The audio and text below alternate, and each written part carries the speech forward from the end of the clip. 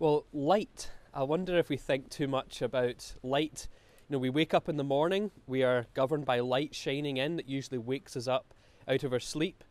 At night, the darkness helps us to go to sleep when the lights are all turned off. So light tends to govern our day, even though we don't think about it very much. And light does a couple of things.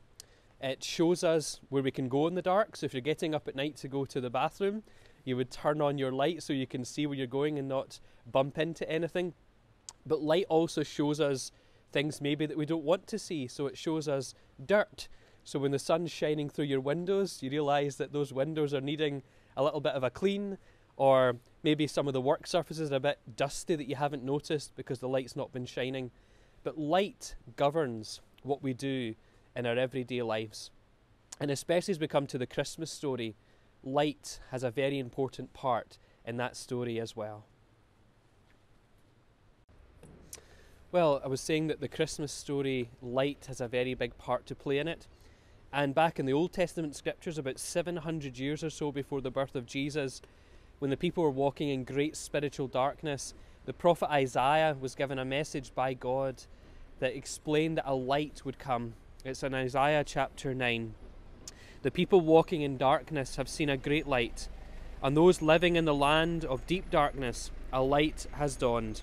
For to us a child is born, to us a son is given, and the government will be on his shoulders, and he will be called Wonderful Counselor, Mighty God, Everlasting Father, Prince of Peace. Of the greatness of his government and peace there will be no end. He will reign on David's throne and over his kingdom, establishing and upholding it with justice and righteousness from that time on and forever.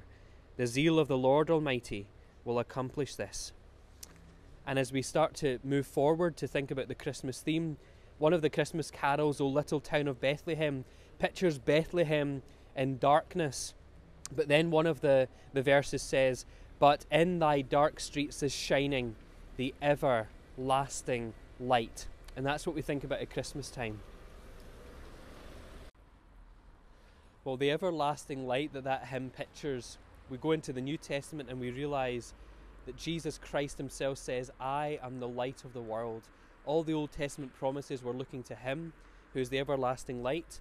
And just as we said a moment ago, just as light shows us the way to go, and it shows us the things that are needing corrected, the things that are wrong, Jesus shows us the way back to God, that we can only come to the Father through him. He is the way, the truth and the life. And also, he shows us all the things that are wrong. So when we get confronted by Jesus, we see the sin in our own lives. We see the things that we fall short of God's glory and all these other things. But by believing and trusting in Jesus, we discover that we can be reconciled to God.